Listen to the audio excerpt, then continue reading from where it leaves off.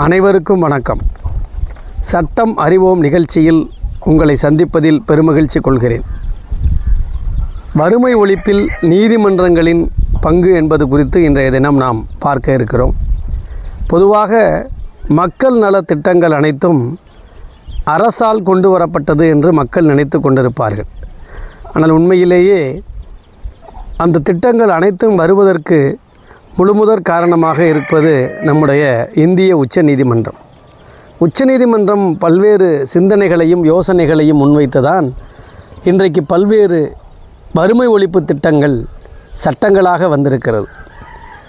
சுதந்திர இந்தியாவில் 1980 காலகட்டங்கள் வரையில் 60% வறுமை பிடியில் இருந்த மக்கள் படிப்படியான உச்சநீதிமன்ற யோசனைகள், அதன் அடிப்படையில் வந்த சட்டங்களினால் 2005இல் அது 42% குறைந்தது. இன்றைக்கும் வறுமை என்பது இந்த நாட்டில் ஒரு பக்கம் இருந்து கொண்டு தான் இருக்கிறது. முழுமையான வறுமை ஒழிப்பை நோக்கி இந்த நாடு நகர்ந்து கொண்டிருந்தாலும் பொதுவுடைமையான சிந்தனை வருகிற பொழுது நிச்சயமாக வறுமை என்பது, பசியும் பட்டினியும் என்பது ஒழிக்கப்படும் என்பதில் எந்தவிதமான மாற்றமும் இல்லை. உச்சநீதிமன்றத்தில் சில முக்கியமான வழக்குகள் வறுமை ஒழிப்பிற்காக பல்வேறு மகத்தான திட்டங்களை அரசுக்கு யோசனையை வழங்கியிருக்கிறது. 1959இல் ஒரு பிரதான ஒரு வழக்கு, வாசேஸ்வர்நாத் எதிர் டெல்லி இன்கம் டேக்ஸ் கமிஷன்.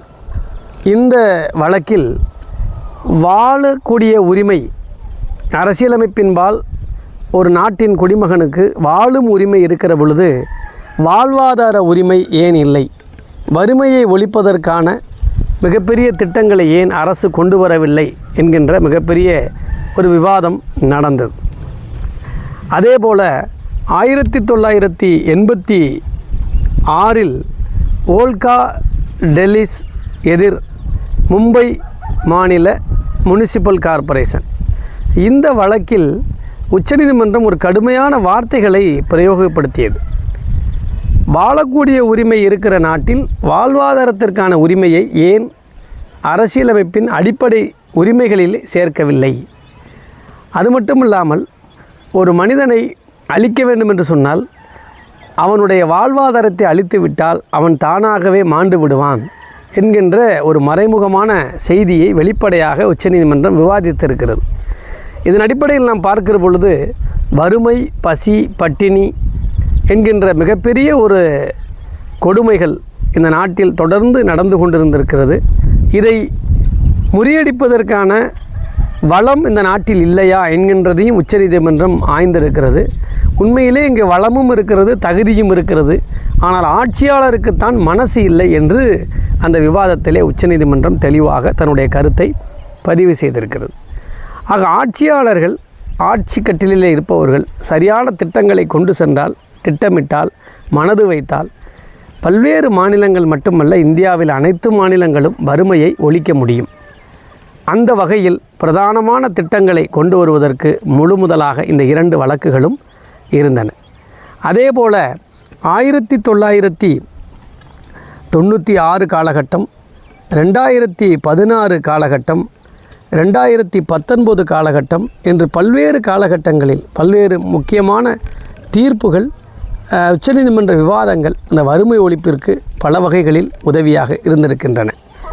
நாம் எந்த சூழ்நிலையிலும் ஒரு தனி மனிதன் பசியால் பட்டினியால் இருந்துவிட முடியாது. வறுமையை ஒழித்து முழுமையாக அவனுக்கு வாழ்வாதாரத்தை வழங்குவது தான் ஒரு தேசத்தினுடைய பிரதானமான கருத்தாக இருக்க முடியும்.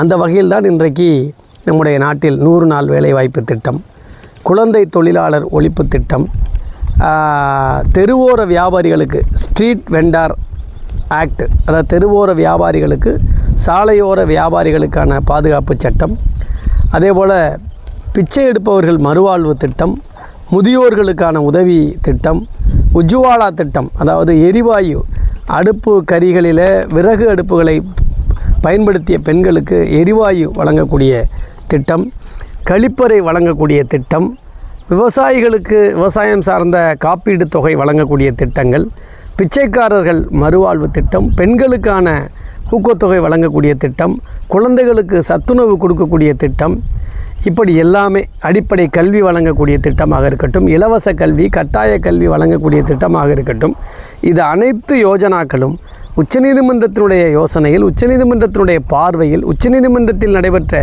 பல்வேறு வழக்குகளின் மூலமாக மட்டும்தான் இவை அனைத்துமே சட்டமாக மாற்றப்பட்டிருக்கிறது. இன்றைக்கு நடக்கிற 100 நாள் ஊதியம் வழங்கக்கூடிய தேசிய ஊரக வேலைவாய்ப்பு திட்டமும் அதுபோல தான் நமக்கு சட்டத்தின் மூலமாக கிடைக்கப்பெற்றது. இது அனைத்திலும் கூட பிரதானமாக மருத்துவ படிப்பிற்கு 7.5% அரசு பள்ளியிலே படிப்பவர்களுக்கு தமிழ்நாடு மாநிலம் இடஒதுக்கீடு தந்தது.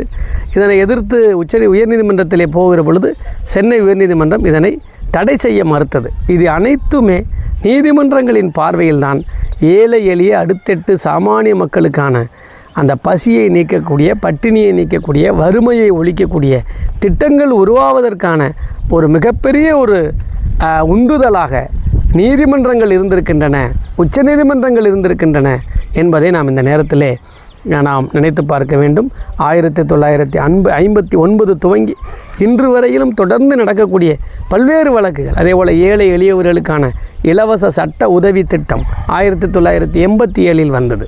ஆக இது அனைத்துமே அடித்தட்டு சாமானிய மக்களுக்கான மகத்தான திட்டங்களை தருவதற்கான உச்சநீதிமன்றத்தின் மிகப்பெரிய சிந்தனையும், உச்சநீதிமன்ற நீதிபதிகள் மனதில் ஏற்பட்ட ஏழைகளின்பால் கொண்ட இரக்கமும் தான் பின்னாளில் மத்திய மாநில அரசுகளை சட்டமாக வடிவமைக்க செய்தது என்பதை நாம் நினைத்து பார்த்து, வறுமை ஒழிப்பில் நீதிமன்றங்கள் தான் முதல் படியை எடுத்து வைத்திருக்கின்றன என்பதை மக்கள் தெரிந்து கொள்ள வேண்டும். நன்றி, வணக்கம்.